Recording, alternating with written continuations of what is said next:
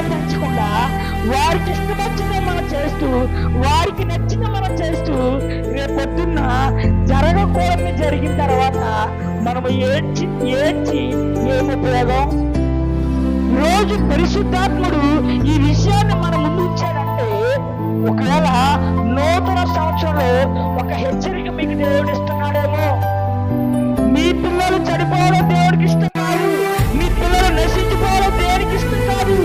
ఆనాడు బాలుడైన సమూయేలుకు తల్లి ఆ కుమారుని ఏం చేసిందంటే, దేవుడికి మందిరంలో పరిచర్య చేయడానికి తన కుమారుని చేసిందంటండి. అందుకే ఆ కుమారుడు ఎంత రోజులంటే చూద్దాం ఒకసారి. అదే 2వ అధ్యాయం 11వ చూద్దాం ఒకసారి.